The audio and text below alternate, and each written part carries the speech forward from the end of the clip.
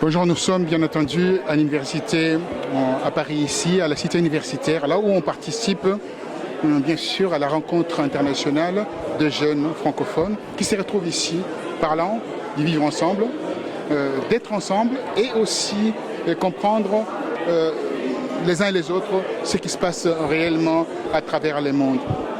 Voilà, ici nous avons l'honneur de recevoir Monsieur Mukendi, Richard Mukendi. Dites-moi, Monsieur Richard Mukendi, vous venez de quel pays? Merci pour le micro que vous m'étendez et à travers moi, tous ces jeunes qui sont derrière moi, que nous représentons ici, dont nous sommes les porte-parole. Je viens de la République démocratique du Congo et nous avons eu l'honneur d'être invités par Madame la secrétaire générale à la francophonie pour prendre part à cette première conférence internationale des jeunes francophones afin de partager notre expérience sur notre expertise au Congo dans les milieux des jeunes. Alors, le vivre ensemble ici qu'on parle aujourd'hui, vivre ensemble, c'est-à-dire vivre ensemble et vivre ensemble, ça a la même connotation. Dites-moi, croyez-vous à cela? J'y crois fermement. Et voilà pourquoi nous avions accepté volontiers, contre vent et marée, nous nous sommes retrouvés à cette conférence pour pratiquement souder nos liens, pour pratiquement créer le plus grand réseau, pour dire non à la violence et dire oui à la paix. Et nous y croyons que demain, nous pourrons avoir un monde de paix, un monde où il n'y aura pas de guerre, un monde où il n'y aura pas de haine, mais un monde où les gens évolueront côte à côte, soudés main dans la main, pour un plus grand bonheur de tous. Bonheur de tous. Alors, il y a un malheur en RDC. Les Lucha ont été encore arrêtés, une partie libérée et les autres embastillés. En tant que juriste, comment voyez-vous tout cela? Bon, c'est toujours embarrassant d'aborder des questions parce qu'il faut dire que dans ces arrestations, ça dépasse le cadre purement juridique. Il y a des implications politiques et il est très difficile pour moi de revenir sur ce qui... Il y a des implications politiques compte tenu du fait de l'environnement politique qui est très malsain dans mon pays. Mais s'il faut dire, placez-moi en tant que juriste, ces arrestations sont purement arbitraires parce qu'ils ne reposent sur aucune violation de la loi et ils ne reposent sur aucun élément matériel constitutif d'une infraction en RDC. Donc ce sont des infractions, ce sont des arrestations purement arbitraires et que tous ces gens qui sont arrêtés doivent être automatiquement libérés si il n'y a pas de démêlés politiques ou la carte politique qui soutient ces arrestations. Alors, je continue toujours par rapport à ces libres ensemble, vivre ensemble. Et encore en RDC, je vais mettre l'accent là-dessus. Le 19 septembre, il y a eu une manifestation pacifique réclamée par l'opposition et les rassemblements. Il s'avère, après, pendant cette manifestation, il y a eu des rafles, il y a eu des arrestations arbitraires. Il y a eu des hommes qui ont été arrêtés en commençant par le Chibala, qui est bien entendu le secrétaire adjoint de l'UDPS. Il y a eu Monidela, qui est de CONAD. Dites-moi, pourquoi ces arrestations des hommes politiques qui marchent pacifiquement? Bon, j'ai suivi de très près cette question en tant qu'observateur, mais aussi jeune. En tant que juriste aussi? En tant que juriste, parce que ça touche, c'est seulement mon secteur, toutes ces arrestations et tous ces actes de violence qui ont été perpétrés le 19 et le 20 septembre 2016. D'une part, nous avons le gouvernement qui doit faire son travail de sécuriser les personnes et leurs biens. Et ce qu'on reproche aux deux que vous avez cités, qui sont arrêtés, le secrétaire général adjoint de l'UDPS qui prenait son avion pour le soin médical en Belgique, c'est parce qu'il y a eu une réquisition des formations qui était déjà amorcée, une procédure qui était déjà amorcée par le procureur général de la République. Et sur cette liste... Monsieur Noumi? Oui. Florine Noumi? Florine Noumi. Et sur cette liste qui était rendue d'ailleurs publique, le nom du secrétaire général était figuré. Et ce n'était pas une surprise pour nous autres qu'il soit interpellé pour raison d'enquête. Donc jusqu'à ce jour, on ne peut pas dire qu'il est arrêté. Il est à Makala. Il est à Makala. Comment voulez-vous qu'il soit préventivement à Makala à partir du moment où il n'y a pas les droits a été foulé aux pieds. Les procédures judiciaires venant de PGR, qu'on appelle le procureur général de la République, qui a s'abordé, bien entendu, de quelques principes de droit. Bon, le procureur est libre de juger s'il faut garder préventivement pour raison d'enquête, s'il se rend compte qu'il y a crainte que la personne puisse se soustraire à l'instruction, puisse se soustraire à la justice. Et les Monidela, et le cas de Monidela? Bon, son cas, je ne le connais pas très précisément, mais il semble qu'il a des liens avec les événements. Il doit être l'auteur moral ou intellectuel des événements qui se sont déroulés le 19 et le 20. Parce qu'il a eu à faire au moins appel à des violences. Et le secrétaire général du peuple... Vous avez des éléments de cela? Le secrétaire, oui, il y a des images. Il y a eu des presses, il y a eu la presse locale qui a relayé. Et pour le cas moi-même j'ai suivi, pour le cas de M. Tibala, il y a eu quand même celui le porte-parole du rassemblement. Et le lundi soir, le lundi 19, il a fait le bilan de ce qu'était la journée en termes de morts, en termes de destruction. Mais il a aussi réédité en demandant aux militants et à la population de rééditer ce qui s'était passé. C'est cela qui a pratiquement pesé en sa défaveur. Et pour revenir aux arrestations, en principe, M. Tiba, c'est un politique. Et que nous sommes en train de parler, ou de parler de la décrispation de la situation politique. À mon avis, si ça ne dépendait que de moi, on ne pouvait pas vouloir une chose et son contraire. C'est-à-dire, pendant qu'on crie, il y a un dialogue qui tend à créer... Un semblant de dialogue. Parce que les dialogues là... Non, le dialogue existe. Toutes les parties ne les sont pas concernées. En commençant par le rassemblement qui regroupe plusieurs partis politiques, plusieurs organes politiques. Et les organisateurs de ces dialogues négligent en fait cette partie essentielle de la population et également aussi cet élément essentiel qui va conduire à un dialogue inclusif.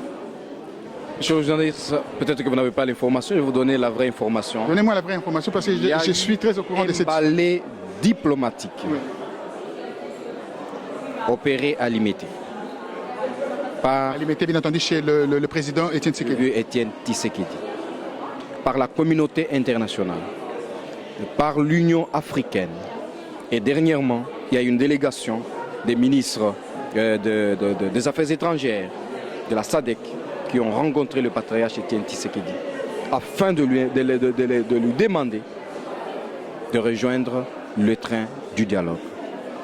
Mais le dialogue ne peut pas être inclusif. Oui. Les préalables que le président Étienne Tshisekedi mettait sur la table n'étaient pas respectés. Le préalable de délibérer de prisonniers d'opinion, de libérer le prisonnier politique, et bien entendu de voir le cas de M. Moïse Katumbi. Monsieur Roger, personne n'a été contre la participation de qui que ce soit au dialogue. L'appel était lancé à tous. D'ailleurs, c'était le vieux lui-même qui a eu, à partir de l'étranger, appelé le Congolais au dialogue. Oui, bien sûr. Et ça on est au courant de ça. Ça étonne tout le monde qu'étant revenu au pays, il puisse lui-même se dédire par rapport à l'initiative que lui-même a été le premier à réclamer ce dialogue pour que le sang des Congolais ne puisse pas couler. Il était le premier. Mais aujourd'hui, il est rattrapé peut-être par son histoire parce qu'il s'est dédié. Qu'est-ce que c'est son histoire? L'histoire, parce qu'au fil du temps, si vous suivez bien l'histoire de notre patriarche, à Sun City, il était partie prenante au départ. Et après, il s'est rebiffé. Nous avons les concertations, d'abord lors des élections. Il était partie prenante de au départ. Et puis après, il demandera à la population de ne pas s'enrôler, de ne pas voter. Donc, je ne sais pas s'il est toujours dans la politique de la chaise vide, dans la politique de rester dehors et quand ça brûle, critiquer. Nous considérons qu'en tant que jeunes Congolais, je ne suis pas du pouvoir, mais j'analyse les choses objectivement. Vous abordez dans l'essence du pouvoir, non, dans l'essence de la répression, dans l'essence de la répression, que les pouvoirs sont confisqués pour vous, c'est pas un problème? J'analyse les faits objectivement. Oui. Le vieux si pratiquement il pouvait s'impliquer dans ce dialogue, et il n'est pas encore tard, j'ai confiance au vieux. Je sais que s'il y a un deuxième dialogue, le vieux y participera. Alors pourquoi vous partirez sur le principe de deuxième dialogue à partir du moment qu'il y a eu déjà un dialogue à Ouya, bien entendu, au palais de Ouya, et que ce dialogue soit bien sûr rejeté par tous, même la communauté internationale aujourd'hui ne respecte pas ces dialogues. Où les grands acteurs de l'opposition n'y figurent pas. Monsieur Roger, le dialogue n'a pas été rejeté par la communauté internationale parce que lors de la cérémonie de la conclusion, de la signature de l'accord politique, qui est rejeté d'ailleurs. La communauté internationale était présente. Oui, et la communauté internationale a pris acte. La communauté internationale soit présente, ce qu'on appelle le protocole diplomatique, mais en réalité, il y a eu un communiqué. Elle n'a pas été que présente, mais elle a pris même parole au nom du secrétaire général, des Nations Unies. Et en prenant la parole, il a pris acte, en encourageant pratiquement ce qui s'était passé, mais en demandant pratiquement qu'il y ait une grande ouverture pour que les conclusions de cet accord politique soient de plus en plus capables d'obtenir la paix recherchée et la concorde. Mais alors, si vous dites que le dialogue a été rejeté, ce n'est pas le thème qu'il faut pratiquement. Les conclusions du dialogue ont été rejetées. Parce que j'ai des éléments dans tous les travaux, non. Il ne faut pas comprendre des individus, parce qu'il y a le ministre, par exemple. Ce n'est pas les individus, pas la grande institution, la communauté internationale, parce qu'elle a pris acte. La communauté internationale agit comme observateur. Oui. Mais il y a des éléments internes, tels que le rassemblement, qui est l'acteur principal par rapport à ces dialogues, qui devait donner un aspect, bien entendu, de la cohésion nationale. Or, cet acteur n'est pas là. Et comment voulez-vous que ce dialogue-là soit accepté? Il y a eu un sondage qui a été commandé par les institutions internationales, oui, où les Congolais ne sont pas d'accord avec les conclusions de ce dialogue. Alors, de cet accord. Bon, est-ce que ce sondage est fiable? Parce qu'il y a eu aussi des agences internes qui ont fait aussi même sondage. Bon, la population... Donc, il faut dire que les conclusions sont un peu mitigées de ces différents sondages. Mais ce qu'il faut retenir, monsieur le journaliste, à l'heure actuelle, nous avons besoin de la paix en RDC. Très bien, on a besoin de la paix. Pardonnez-moi, vous êtes... Nous avons besoin de la paix en RDC. Oui, et pour cela, il faudrait que chacun mette du lot dans son vin. La majorité a fait sa part et elle doit encore faire plus. Il a fait sa part, c'est-à-dire de préalable, et il a montré sa bonne foi en respectant certains préalables posés par... Vous devez respecter l'ensemble du préalable pour qu'on puisse avancer. Mais quand vous êtes dans un processus, quand vous êtes dans une négociation, on ne peut pas avoir tout au départ. Mais alors, si on ne peut pas avoir tout au départ, commençons d'abord par libérer les prisonniers. Mais ils ont été libérés. Lesquels? Ils ont été libérés. Les Ménifrétins? Non, pas des Ménifrétins. Ils ont été libérés. Vous parlez de la Loucha, vous parlez de ceux ils ont été libérés. Ils sont en Bastille encore. Une douzaine de personnes qui sont arrêtées aujourd'hui. Vous êtes au courant de ça? Oui, mais pour d'autres actes d'insurrection ou d'appel à l'insurrection, ils sont partis dans une institution déposer un mémorandum réclamant le départ de Joseph Kabila à la date butoir, à la date constitutionnelle. Oui. Et alors, est-ce que ça, c'est un élément subversif? Oui. Ce que vous n'avez pas comme élément, oui, allez-y, c'est que quand ils se sont déplacés, toutes les manifestations publiques sont interdites pour raison de paix, pour raison de sécurité. La plupart des villes ou la plupart des gouverneurs... Le pays est en état d'urgence. Le pays n'est pas en état d'urgence, c'est par rapport.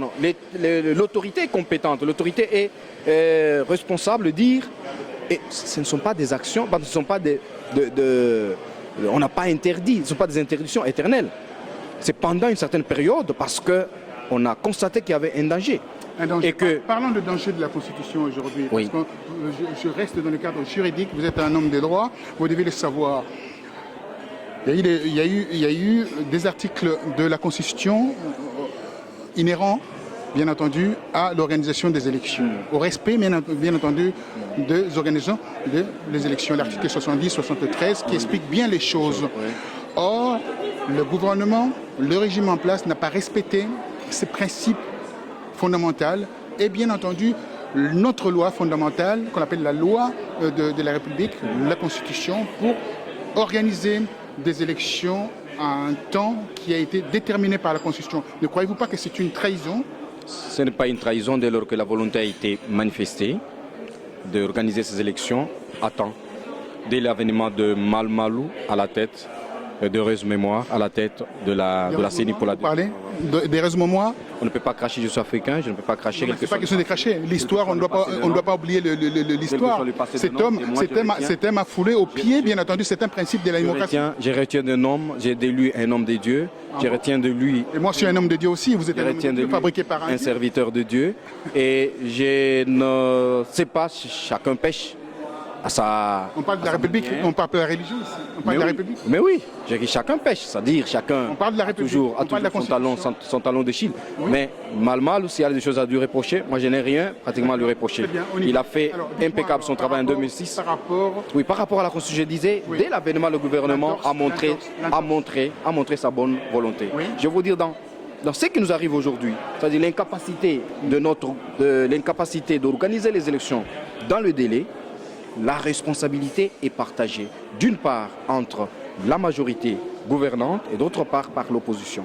Dites-moi, alors, donnez la responsabilité de l'opposition par rapport à ça. La responsabilité de l'opposition, c'est que quand Malmalou, à peine qu'il a été nommé à la tête de la CENI, de l'institution d'appui à la démocratie, il a convié toutes les parties prenantes, l'opposition et la majorité, et même la société civile, dans une sorte d'un cadre de consultation. Et là, il a sorti le premier calendrier électoral. Et dans ce calendrier, il était défini que les élections présidentielles allaient se tenir à la date butoir. La majorité était prête. La majorité pour ce calendrier est prête à l'élection. Mais par contre, à l'opposition, on a qualifié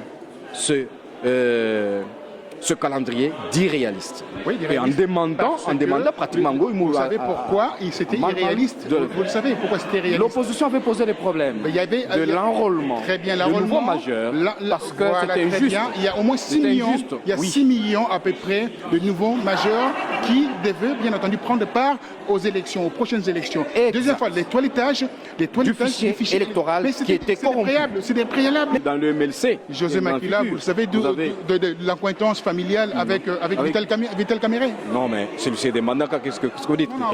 Non, je vous le dis. De l'Est et l'autre du Nord. Non, mais je vous le donne seulement quelques éléments. Voilà. Non, tout simplement, bon, ça c'est pas correct parce qu'il n'y a pas de lien familial. On sait que l'autre était du MLC, un gros cadre du MLC, pendant que l'autre était secrétaire général du PPRD. Allez-y. Et ils étaient tous à couteau tiré sur le plan politique. Je dis qu'il y a l'opposition qui a pris part à ce dialogue. Et notre vœu est toujours que la RDC... Deux personnes, José Makila et Vital Caméré, pour il y a Azarias avec le RCD. Azarias, pensez-vous qu'Azarias... Il y a le président du Sénat. Pardonnez-moi. Il y a autant d'opposants. Pardonnez-moi. Pensez-vous que M. Azarias Roberto a pu se prévaloir à dire à tout le monde qu'il est opposant, un seigneur de guerre? Mais est-ce que vous l'avez vu, un seigneur de guerre? Mais vous direz quoi du MLC? Non, je dis seulement un seigneur de guerre, parce que les MLC ne prend part à ce dialogue. Mais alors, ça ne lui enlève pas le fait d'être, parce que ça ne lui enlève pas le fait d'être opposant. Il est opposant, il le demeure, bien qu'il a été, avec Jean-Pierre Mbemba, avec Roger Lumbala. Comment se fait-il, par la parenthèse qu'on va terminer, la parenthèse, que votre patron du RCD, Azarias Roberto, puisse se pavaner dans la ville de Kinshasa avec sa milice, qui n'a pas été brassée d'ailleurs. Là, vous m'informez. Je vous le dis. Non, vous m'informez, mais Azarias Roberto n'a jamais eu de milice depuis la fin de l'événement, depuis la signature de l'accord de Samsi. Il faudra vérifier. C'est vrai, je vous l'ai dit, parce que Il faudra vérifier. j'assiste Il faudra à vérifier. plusieurs, c'est un avocat comme moi, Oui. et je sais de quoi je parle. Depuis le M+4, tous les présidents qui sont réunis, qui étaient des belligérants d'hier, avaient enterré la hache de guerre, et depuis lors, toute leur milice était dissoute. Il faudra vérifier. Il faudra vérifier. Congolaise. Mais c'est ça l'information. Vous Alors verrez- comment je peux, pour aller vers la fin, deux questions pour terminer. On dit en RDC qu'il n'y avait pas de moyens pour organiser les élections. Vous connaissez le journal qui s'appelle Forbes, Oui. qui a publié les revenus du président de la République, l'argent qu'il détient dans de banques offshore. Comment se fait-il qu'un président qui est arrivé en 2002 au pouvoir, en 2016, s'y retrouve avec plus de 15 milliards de dollars sur son compte bancaire, ses comptes bancaires? Je n'ai pas un commentaire à faire là-dessus en tant que juriste, j'ai besoin de matériel. Or, ce n'est qu'un rapport. C'est un rapport, non, avec des éléments qui sont... Non, les éléments n'a qui sont... jamais été documenté. C'est documenté. N'a été documenté. Documenté, il avait le numéro des comptes, etc. etc. Ce journal Ouais. on sait de quelle mamelle ce journal se nourrit. Non, c'est nourri simplement De de... grandes puissances qui n'en veut des fois même pas aussi aux autorités congolaises ou à l'Afrique. Et si ils ont certains intérêts et ils basculent du côté où ils pensent que leurs intérêts peuvent être préservés. Donc je n'ai pas un commentaire à faire là-dessus parce que je n'ai pas vu un seul document étayant le chiffre que vous avancez qui serait détenu dans les banques offshore au Panama par le président actuel de la RDC. Mais c'est un président de la République. Oui. Il a géré pendant autant d'années. Personne n'a interdit à quiconque de s'enrichir. Ça, c'est extrêmement grave en tant que juriste de tenir ce genre de propos. Donc, personne n'a interdit à quiconque d'avoir des biens propres. Et je sais que tous les biens du président de la République, avant chaque année parlementaire, il les déclare. Et on connaît ce que le président a. Et ces chiffres-là sont surprenants pour tout le monde. C'est la même chose que sa sœur Jeannette Kabila, qui Vous allez comprendre que ce rapport-là a été biaisé. Je dis simplement. Alors, je vais reposer une dernière question là-dessus. Je pose une dernière question là-dessus. Son frère Zoé Kabila, dans le Bas-Congo, dans la zone du Mwanda, tu récupères 16 hectares pour mettre en place un domaine hôtelier qui est d'un gigantisme extraordinaire. A-t-il trouvé cet argent en tant que député? Bon, je crois qu'il est mieux placé pour lui poser la question. Je vous le dis en tant que député qui touche 7 000 ou 13 000 dollars par mois. Comment pouvez-vous expliquer cela? Je sais qu'il est mieux placé pour répondre à la question. Vous pouvez répondre en tant que juriste. Non, mais ce n'est pas une question juridique. Non, mais en tant que juriste, il y a une appréciation. Non, c'est un homme public. C'est un homme public qui a mis ça en exergue, que le président de la République a inauguré ce domaine par définition. Donc il y a des interrogations. Moi je suis journaliste, je suis obligé de m'interroger. Je vous réponds en disant que répondre à la question de savoir où a-t-il trouvé l'argent, je ne suis pas mieux placé pour vous le dire. Donc il est le seul qui peut vous dire voici mes canaux. Mais néanmoins, vous savez que dans tous les projets, le projet ne peut pas être réalisé par une seule personne. Certainement. Toutes les réalisations, il est le promoteur. Les réalisations au Congo n'ont pas réalisé, n'ont jamais été réalisées. Il y a toujours des partenariats. Est-ce que, je ne confirme pas, ne l'a pas-t-il fait avec l'aide de ses partenaires étrangers? Parce qu'en tant qu'honorable député, il est prêt à toquer à toutes les portes pratiquement pour que sa base... Est-ce que ça rentre dans le cadre de ses prérogatives en tant que député, de se fourvoyer dans ce genre de choses en étant commerçant? Non mais, est-ce que ça c'est du commerce? Oui. Construire un hôtel dans son pays et surtout... Récupérer des dividendes, récupérer aussi bien entendu les dividendes, bien entendu. Il n'a pas donné de l'emploi? Est-ce que quelque part, présentement, si aujourd'hui vous venez à Mwanda pour le tourisme, vous logez dans ce hôtel? Je pense qu'on mélange le genre. Je ne refuse pas qu'il y ait le développement hôtelier en RDC. La question se situe seulement par rapport à ses prérogatives en tant que député. Est-ce qu'il a-t-il le droit aujourd'hui d'avoir ces genres de domaines en tant que député, la question se situe à ce niveau-là. Où as-tu trouvé l'argent pour mettre en place ces domaines? Les questions sont simples. Les deux questions.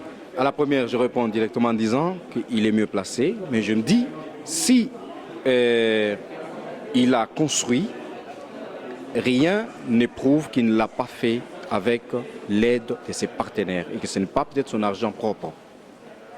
C'est aussi une hypothèse qui n'est pas négligée. C'est une hypothèse. Donc l'argent n'est pas sorti de sa propre poche parce qu'on sait ce que les honorables députés touchent. Et qu'avec ça, normalement, logiquement, il ne peut pas construire ce qu'il a fait.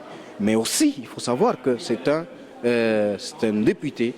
C'est un homme d'affaires. C'est un homme d'affaires. Je ne connais pas sous cette casquette d'homme d'affaires. Donc il n'a pas droit. Je ne connais pas sous cette casquette d'homme d'affaires. Non, il n'a pas droit. Politique, il est député, il est parlementaire. Pas un homme d'affaires.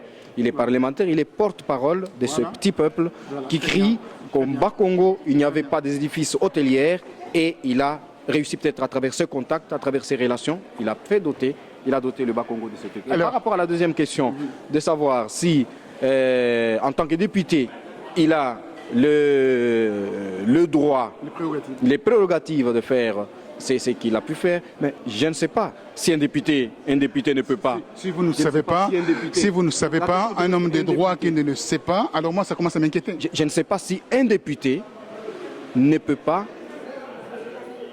contribuer au développement de son. Pas comme ça.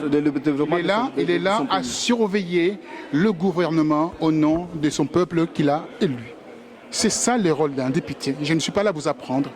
Alors maintenant... Non, pas seulement c'est limité à surveiller. Non, quand on parle de surveillance, à proposer aussi, aller aussi au-delà des préoccupations de la population. C'est cela, je ne veux pas rentrer. C'est l'aboutissement, la construction de ces édifices, c'est l'aboutissement de son plaidoyer auprès du Parlement, auprès du gouvernement qui exécute le plan du gouvernement. Alors, ne restons pas ridicules pour terminer, venir à côté, approcher. Alors, vraiment pour terminer, dites-moi un mot pour partir aux Congolais qui vous regardent. Alors, mes frères congolais, le message que nous pouvons véhiculer à l'issue de notre participation à cette première conférence internationale des jeunes francophones, qui est axée sur les thématiques du prochain sommet de la francophonie, à savoir croissance partagée et développement responsable, les conditions d'une stabilité du monde francophone. Nous ne pouvons qu'adresser un message de paix à la RDC. Nous pouvons qu'adresser un message de solidarité à ce moment de grands enjeux en RDC. Nous ne pouvons que souhaiter que demain, après le 19 décembre, qu'il n'y ait pas chaos, que la vie continue et la vie continue de manière paisible. Et là, nous appelons les uns et les autres, à nos dirigeants, de mettre de l'eau dans leur vin afin de donner aux Congolais ce qu'ils ont de meilleur, c'est-à-dire la paix, le développement, la solidarité entre nous. Tout en respectant la Constitution. Merci à vous. Merci.